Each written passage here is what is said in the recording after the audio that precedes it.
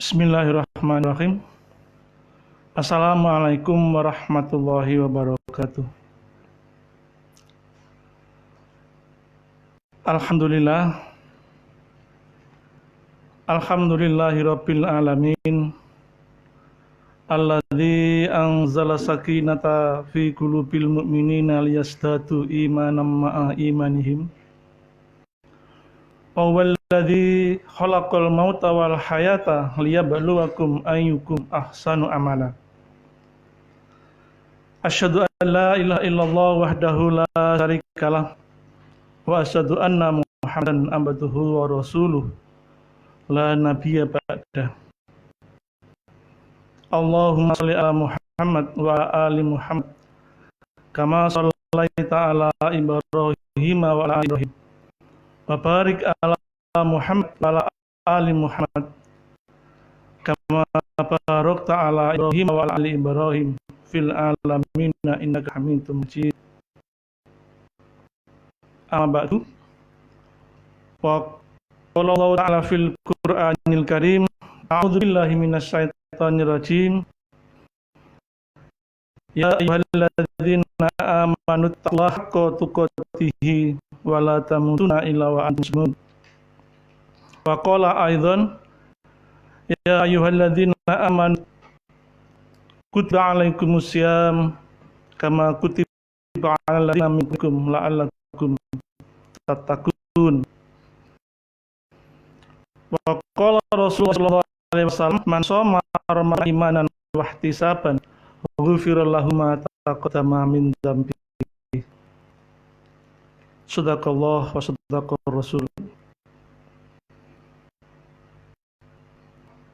Seluruh keluarga besar Arul Jadid yang dimuliakan Allah, para ustadz, ustadzah, para bapak, ibu, wali murid, serta anak yang cerah ini,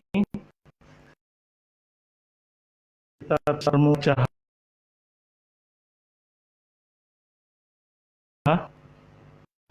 di medsos dalam rangka targhib Ramadan ini, di mana umat Islam, umat-umat yang lain, seluruh bangsa dan negara yang menghadapi wabah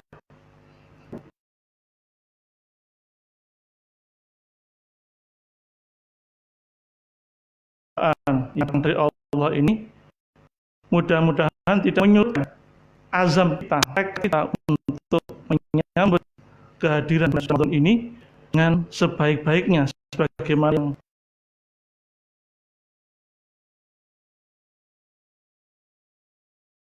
para salaf soleh mereka dengan gembiranya, dengan gegap gempitanya mereka itu menyambut kehadiran Ramadan. Mudah-mudahan apa yang kita lakukan ini bagian dari menghidupkan sunnah beliau. Dan mari kita aturkan Nabiullah Rasulullah Muhammad sallallahu alaihi wasallam yang telah membimbing kita, yang telah menuntun kita menuju kehidupan terbaik. Insya Allah kalau kita senantiasa menghidupkan sunnah beliau, kita akan selamat bahagia dunia akhirat. Para ustadz semua yang dirahmati Allah, Bapak Ibu wali murid serta seluruh keluarga besar Arul Jadid yang mudah-mudahan senantiasa dalam lindungan dan rahmat Allah, minimal ada 3 bagaimana kita ini menyambut bulan Ramadan yang agung ini. Yang pertama adalah tasyahud tasawur, yaitu bagaimana kita ini menata cara pandang kita terhadap bulan Ramadan ini. Bagaimana kita memahami Ramadan ini sebagai bulan yang memang dikhususkan oleh Allah untuk kaum yang beriman. Sebagaimana Allah memanggilnya ketika memerintahkan ibadah puasa. Dengan cara pandang ini, dengan cara yang benar, dengan sudut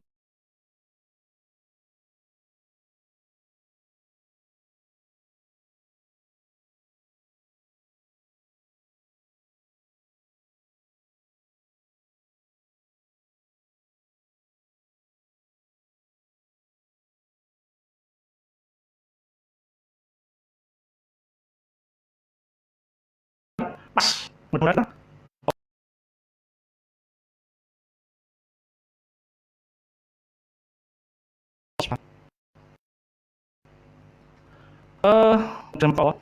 Jadi kalau kita ingin mengetahui secara detail bagaimana kemudian kita ini bisa memahami maksud dan tujuan Allah itu memerintahkan kita melakukan ibadah siam itu, maka kita harus membuka surat Ar-Rahman. Kita tahu dalam khawatir Quran dijelaskan bahwa maksud diturunkannya suratul Baqarah oleh Allah Subhanahu wa taala yang diturunkan di periode Madaniyah dari awal sampai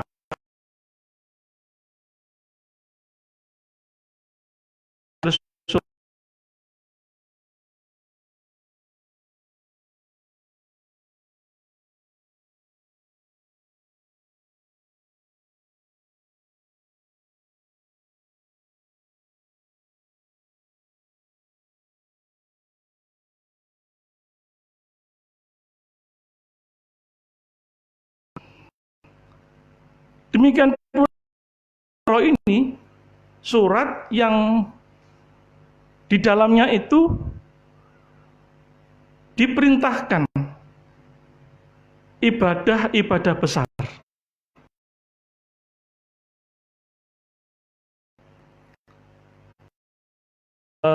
Bagaimana kita itu harus bagaimana dalam situasi bagaimanapun kita harus berbuat baik.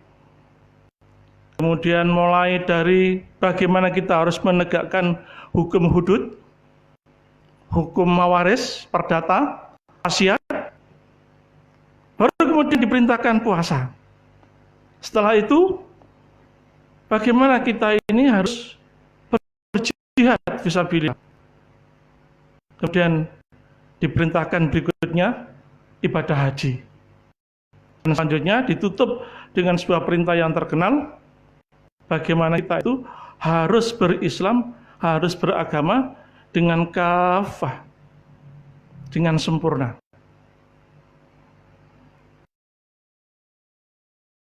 Perintah ibadah besar itu ada dalam surat Ar-Rahman.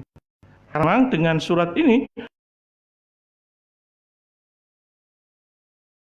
Allah itu benar-benar mewarisi kehidupan di bumi, ampun peradaban sebagaimana Nabi Ibrahim alaihissalam membangun peradaban waktu itu di Makkah Al-Mukarramah. Ustadz semua, Bapak, Ibu, wali murid, serta seluruh keluarga besar Ar-Ruhul Jadid yang dirahmati Allah. Jadi ini kata surat Al-Baqarah.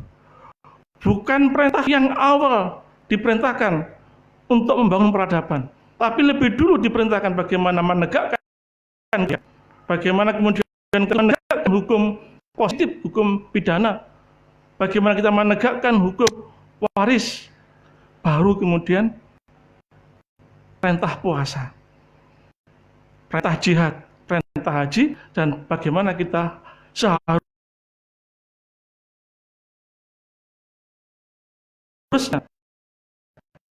dalam Islam itu menjadi Islam yang sempurna. Dan masing-masing perintah tidak bisa berdiri sendiri, tapi satu kesatuan. Artinya, akan bisa kita laksanakan dengan sebaik-baiknya sebagaimana Allah dan Rasul yang dikehendaki, asalkan kehidupan dalam berbangsa, bernegara, bermasyarakat itu sudah memenuhi kriteria bagaimana urutan-urutan perintah dalam surat Al-Baqarah ini. Nah, oleh karena itu kita harus memahami secara utuh. Ini termasuk bagian dari menata sudut pandang bagaimana kita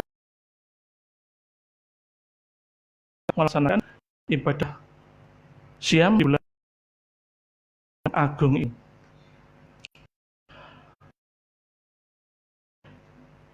Bapak Ibu wali murid serta yang saya cintai, tasawuf termasuk diantaranya adalah memahami bagaimana ibadah puasa ini diturunkan, apa maksud dan tujuannya.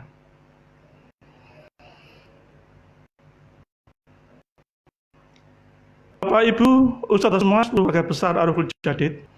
Jadi kalau kita memahami tujuan ibadah, maka tidak ada satupun ibadah yang diperintahkan tidak bertujuan untuk bagaimana kita itu bisa kembali kepada Allah seperti itu, kembali seperti sedia kala, kembali seperti asal-usul kita. Jadi semua itu tujuan besarnya adalah membersihkan hati, jiwa, raga kita agar bersih sebersih-bersihnya, sehingga sewaktu-waktu Allah memanggil kita, maka kita dalam kondisi illa wa antum muslimun. Ini puasa yang 3 hari lagi akan kita laksanakan. Seluruh keluarga besar Ariful Jadid yang dirahmati Allah, kalau kita ini misalnya di dalam menghadap Allah, ketika Allah memanggil kita kembali, sewaktu-waktu itu kita hanya bermodalkan ibadah yang biasa aja, ya sudah barang tentu nggak cukup. Nggak cukup kalau kita menghadap Allah itu hanya biasa aja, dengan ibadah yang biasa aja. Maka butuh sebuah lompatan ibadah yang dahsyat, butuh kuantum ibadah dengan ibadah yang sedikit sebentar, tapi nilainya bisa luar biasa. Maka inilah salah satu maksud Allah itu memerintahkan ibadah puasa di bulan Ramadan. Bukankah di bulan Ramadan itu ada satu malam yang bernilai 1000 bulan? Lailatul Qadar. Nah, jika seandainya setiap kita melaksanakan ibadah puasa itu, kita ini mendapatkan Lailatul Qadar, maka mudah-mudahan dengan demikian ibadah puasa yang diperintahkan oleh Allah itu memang benar-benar sudah kita lalui, kita dapatkan. Sebagaimana Allah memerintahkan kita itu melaksanakan ibadah puasa. Ini termasuk bagian penting dari tasyahud sahur. Oleh karena itu, seluruh keluarga besar Ariful Jadid yang dirahmati Allah, mari kita nggak main-main. Mari kita fokus, konsentrasi bahwa sesungguhnya hakikat dan makna serta inti dari ibadah puasa itu adalah bagian Lailatul Qadar. Itu hanya terjadi karena kita itu serius dan sungguh-sungguh selalu mengikuti sunnah Rasulullah untuk melaksanakan ibadah puasa itu.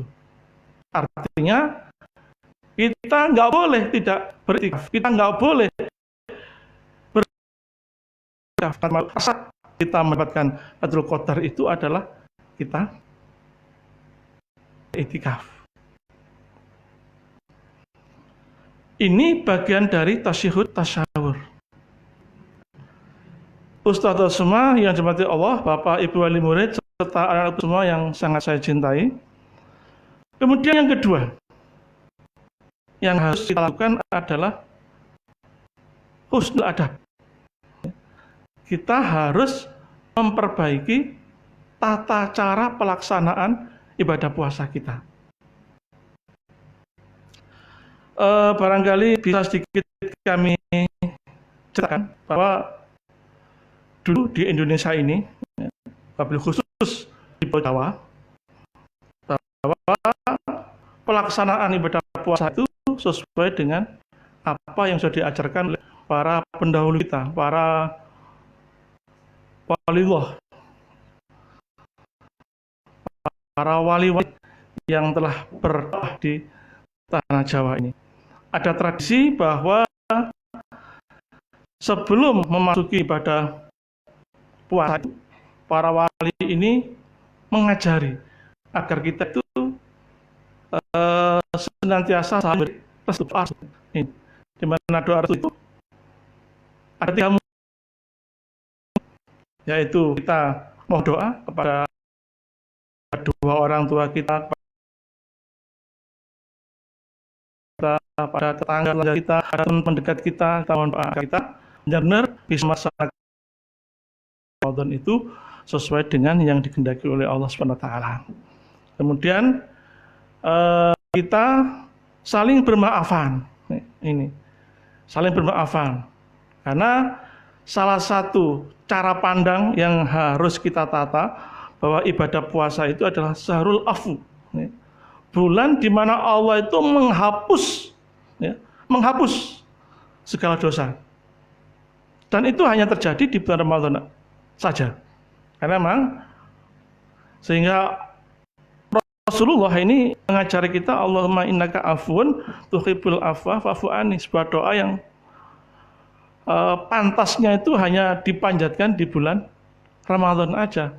Ini menghapus dosa itu ya berarti dosa itu berbekas sama sekali, nggak ada tanggung jawab lagi ketika nanti kita itu berada di yaumul hisab, yaumul jaza, nggak ada pertanggung jawaban lagi.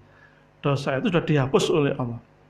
Ini maaf-maafan itu lebih baik di awal, bukan di akhir, ya, sebagaimana tradisi yang ada di Indonesia ini.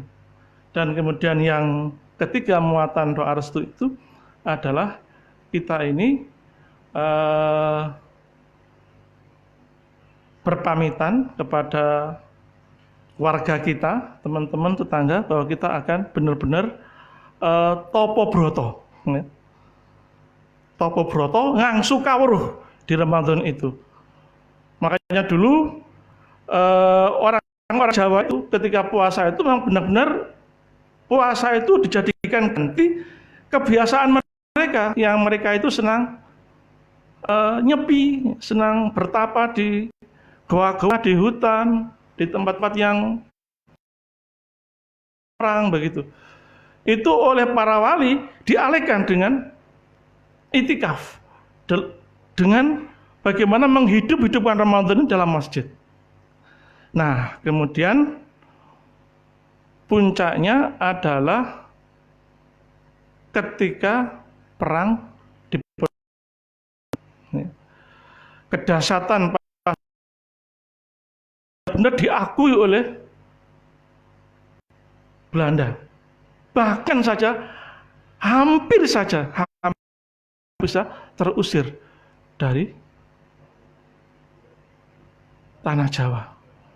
Dan salah satu kelebihan dari pasukan Diponegoro itu adalah ketika bulan puasa itu seluruh pasukan, wabil khusus pasukan intinya yang ada sekitar 10.000 itu wajib untuk itikaf ini.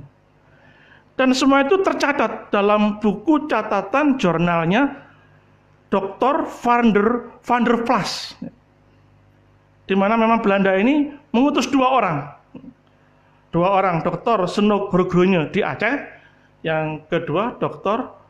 van der Plas, yang kemudian beliau juga Van der Plas ini diamanai untuk sebagai gubernur jenderal di tanah Jawa. Dalam catatannya itu, kalau ingin memenangkan perang di Diponegoro itu, maka umat Islam harus dijauhkan dari masjid. Umat Islam harus dijauhkan dari ajaran-ajarannya, termasuk tradisi-tradisi yang sedang berlangsung ketika perang Diponegoro itu dengan Topo Broto itikaf di dalam masjid. Ustadz-ustadz semua yang dirahmati Allah, Bapak, Ibu wali murid, serta anak-anakku semua yang saya cintai. Jadi ini, oleh karena itu, mari kita semua di dalam 2-3 hari ini bisa saling bermaaf-maafan, karena kita khawatir ketika kita masuk ke bulan Ramadan, kemudian kita melanjutkan doa-doa dengan Allahumma innaka afuwun tuhibbul afwa fa'fu anni, kita masih membawa hak-hak anak Adam, masih kesalahan terhadap teman-teman kita, kedua orang tua kita, kepada pasangan kita, pada anak-anak kita, pada tetangga-tetangga kita. Kalau kita masih membawa kesalahan-kesalahan itu, Allah tidak akan, kalau kita belum menyelesaikannya kepada orang-orang yang bersangkutan yang kita buat salah itu. Ini beda kalau salah kita langsung dengan Allah. Cukup astagfirullahaladzim, astagfirullahaladzim, Allahumma innaka afuwun tuhibbul afwa fa'fu anni. Allah akan mengampuni kita, karena Allah Maha Pengampun lagi Maha Pengasih dan Penyayang. Tapi kalau salah-salah kita, dosa-dosa kita itu terkait dengan anak Adam, maka kita harus menyelesaikannya. Mudah-mudahan dengan demikian, ini adalah bagian dari husnul adab. Ini. Kemudian kita mencoba juga yang kedua, menata niat kita. Menata niat kita dengan niat yang benar. Sesungguhnya Islam itu dengan melaksanakan ajaran-ajaran Islam, kemudian menata niat dengan benar, sesungguhnya sudah separuh syariat ini kita jalankan. Makanya betapa pentingnya niat itu. Oleh karena itu, di samping kita sudah menyelesaikan hak-hak anak Adam, kemudian kita masuk ke Ramadan dengan niat yang benar. Mudah-mudahan dengan demikian kita ini bisa khusyuk, bisa damai, tentram, nyaman untuk beribadah di bulan Ramadan ini. Kemudian yang ketiga yang harus kita lakukan adalah bahwa kita harus memahami bahwa puasa itu adalah melatih diri kita untuk tidak melakukan hal-hal yang boleh kita lakukan. Karena sesungguhnya tidak melakukan hal-hal yang boleh kita lakukan itu bagian terpenting dari perang melawan hawa nafsu. Ketika Rasulullah ditanya oleh sahabat Ali bin Abi Thalib, "Wahai Rasulullah, amalan apa yang paling utama di dalam bulan Ramadan?" Engkau meninggalkan hal-hal yang dilarang dan engkau melaksanakan hal-hal yang diperintahkan. Dan kemudian engkau berusaha untuk senantiasa berorientasi berbuat baik, walaupun kebaikan itu hanya seteguk air dan sebutir kurma untuk bersedekah pada orang yang sedang berpuasa. Ustadz semua, Bapak, Ibu, wali murid, serta seluruh warga besar Ar-Ruhul Jadid yang dimuliakan Allah. Jadi kita berupaya sekuat untuk bagaimana cara berpuasa ala Rasulullah ini. Serta bagaimana cara berpuasa para sahabat, para tabi'in dan tabi'in atau para salafus solih ini. Kami mengistilahkan dengan prinsip 3-2-1. Jadi hakikat dari berpuasa itu diri yang diperbolehkan untuk tidak boleh sampai terbenamnya matahari.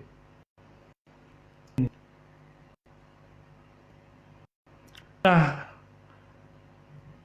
kemudian kita punya prinsip bagaimana yang diajarkan oleh Rasulullah, bahwa di dalam saat 10 awal yang terakhir, misalnya puasa itu dibagi dengan 3 begitu ya, 10 awal, 10 pertengahan, dan 10 akhir, maka 10 awal itu barangkali kita makan 1 piring. Semakin mendekati 10 akhir, kita semakin menguranginya. Dalam istilah kami, ya, 3-2-1. 1 piring, separuh piring, sepertiga piring. Sehingga kemudian bisa menghayati makna dari makanlah kamu ketika lapar dan berhentilah kamu sebelum kenyang. Ini. Jadi ini bagian dari husnul adab. Dan kemudian berikutnya lagi adalah kita harus menyadari sepenuhnya bahwa Ramadan itu adalah syahrul ilmi, syahrul Quran. Ini. Bagaimana kemudian kita ini bisa lebih dekat dengan Al-Quran, berinteraksi dengan Al-Quran, tidak jauh-jauh dari Al-Quran. Ya, kemudian kita itu memahami makna Al-Quran itu adalah sumber dari segala sumber ilmu yang ada di muka bumi ini. Semakin kita itu mendekat, semakin kita akan haus dan paham akan isi makna dan hakikat dari isi Al-Quran. Alhamdulillah bahwa kita ini berada di lingkungan, di kultur yang Ramadan ini ada target-target yang terkait dengan bagaimana kita menguatkan ruhiyah kita, bagaimana kita itu menguatkan ilmu-ilmu, dan kita harus membuka tafsir dari termasuk surat An-Nur, surat Al-Hadid. Mudah-mudahan dengan fasilitas itu kita ini benar-benar bisa memperbaiki, bukan sekedar target-target berapa kali khatam, berapa juz sehari yang kita baca, yang kita tilawah. Namun di samping itu kita harus mulai memahami isi dan makna Al-Quran itu, karena Al-Quran adalah sumber dari ilmu yang ada di muka bumi ini. Ustaz semua, seluruh keluarga besar Ar-Ruhul Jadid yang dirahmati Allah, kemudian dawamul ikhtisab yang ketiga, yaitu senantiasa continue kita, senantiasa berkesinambungan kita, mulai dari sebelum Ramadan sampai pasca Ramadan. Kita itu dawamul ikhtisab, rajin berhitung. Bukankah beberapa hadis Rasulullah itu menggunakan kalimat man shoma Ramadhana imanan wahtisaban, man qoma Ramadhana imanan wahtisaban. Ihtisab. Barang siapa yang berpuasa di bulan Ramadan atas dasar iman dan ihtisab, senantiasa berhitung-hitung sampai puasa kita seberapa kita, kemudian sudah berapa, dan seterusnya. Pokoknya kita hitung-hitung amal-amal kita yang bisa menyempurnakan ibadah puasa itu, maka itu termasuk dawam niat dan seterusnya. Kita harus nanti,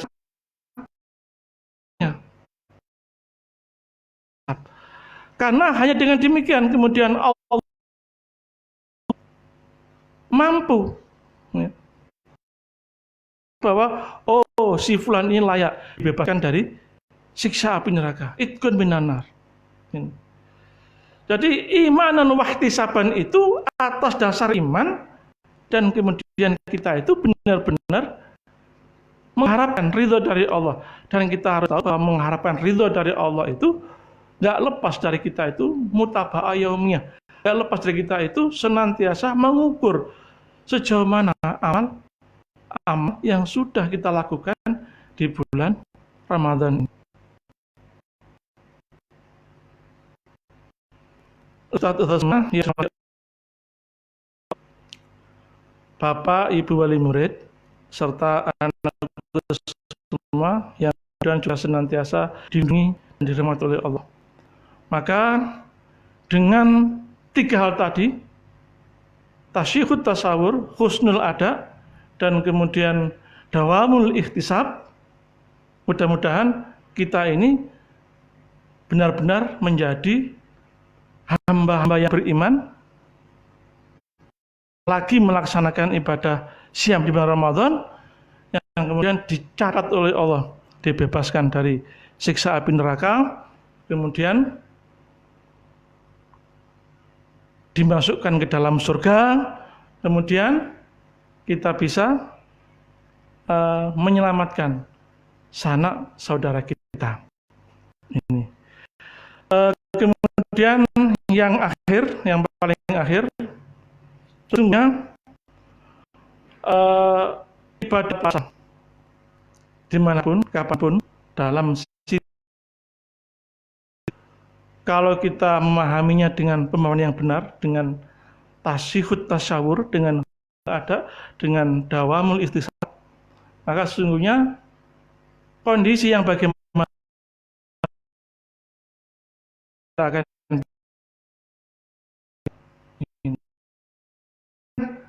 saya punya keyakinan bahwa dengan ibadah puasa yang benar, dengan lantunan doa-doa kita yang benar, wabah COVID-19 ini bisa diangkat oleh Allah dengan ibadah puasa. Karena dalam surat Al-Baqarah pun sesungguhnya Allah sudah memberi kita sebuah cara, memberi ancang-ancang untuk sebuah peradaban ketika terjadi wabah, ketika terjadi cobaan dan ujian. Dalam surat Al-Baqarah ayat 100, A'udzubillahi minasyaitonirrajim, wa la nabluwakum bisyai'im minal khauf wal ju' wal anfus wa thamarat wa basyiris sabirin. Jadi kuncinya adalah sabar. Dan sesungguhnya aku uji kepada kalian itu dengan sedikit keburukan, ketakutan, kecemasan, kekurangan harta, kekurangan buah-buahan. Maka berilah kabar gembira bagi orang-orang yang siapakah itu? Alladzina musibah qalu inna lillahi wa inna ilaihi rajiun. Yaitu orang-orang yang ketika mereka itu dicoba dengan musibah, dia mengucapkan inna lillahi wa inna ilaihi rajiun. Sesungguhnya satu maknanya, yaitu kita kembalikan semua itu pada Allah Subhanahu wa ta'ala. Dan itu hanya terjadi ketika kita ini bersabar terhadap musibah itu. Ini. Bahkan di awal makro ayat ini, Allah itu mengatakan, ya ayyuhalladzina amanusta'inu bisabri wassalah. Innallaha ma'as-sabirin. Di tema awal makro ayat ini, ketika kita melihat satu ain, satu makro, itu Allah mengawalinya dengan himbauan, perintah kepada orang-orang yang beriman itu agar menjadikan sholat dan sabar itu sebagai penolong. Nah, dalam kasus pandemi ini, dalam kasus wabah ini, sudahkah kita itu menjadikan sholat dan sabar sebagai penolong? Ini. Kalau boleh saya sederhanakan itu, bahwa intinya sholat itu adalah doa. Sudahkah kita dalam sholat kita itu menyisipkan doa agar kita semua ini, agar keluarga besar kita semua ini dijauhkan dari wabah ini. Kemudian termasuk dalam konteks sabar itu adalah kita menahan diri sebagaimana yang dianjurkan oleh WHO, pemerintah, dan juga lebih dalam sebagaimana yang sudah dianjurkan oleh Nabi dan para sahabatnya. Karena sudah contoh bagaimana kita menghadapi wabah ini. Nah, sudah jelas, ya. Semua sudah jelas. Kalau dalam ibadah puasa ini, ya, di bulan Ramadan ini, kita menyisipkan doa-doa dalam tarawih kita, dalam witir kita, dalam tahajud kita, dengan doa-doa agar kita dijauhkan, agar wabah ini diangkat oleh Allah. Tidak mungkin bahwa Allah akan mengabulkan doa-doa kita. Apalagi kemudian seluruh umat Islam yang ada di dunia ini dengan cara yang sama seperti itu. Insya Allah dengan demikian wabah itu berangkat dari bumi ini. Demikian barangkali yang bisa kami sampaikan. Mudah-mudahan yang sedikit ini bisa menambah wawasan kita untuk menggapai hasil yang terbaik di dalam melaksanakan ibadah siam di bulan Ramadan itu. Itu tidak lain adalah kita dibebaskan oleh Allah dari siksa api neraka. Kita masuk dalam satu catatan bahwa kita adalah salah satu hamba yang dibebaskan dari Allah dari siksa api neraka. Kemudian kita dikembalikan oleh Allah sewaktu-waktu kita kembali dalam kondisi, dalam keadaan kembali yang terbaik. Husnul khatimah wala tamut antum muslimun. Inna maut wa maghfiratan ba'dal maut. Allahumma wal afwa indal hisab. Allahumma rabbana atina fid dunya hasanah wa fil akhirati hasanah wa qina adzabannar. Wa sallallahu ala sayyidina Muhammad. Subhana rabbika rabbil izzati amma yasifun wa salamun alal mursalin alhamdulillahi rabbil alamin. Kami atas nama yayasan, atas nama Ustadzah semua dan seluruh, mohon maaf yang sebesar-besarnya atas segala khilaf, salah baik yang kami sengaja maupun yang tidak. Demikian aku lu qaliyada wastaghfirulli walakum innawal ghafurur rahim. Wassalamualaikum warahmatullahi wabarakatuh.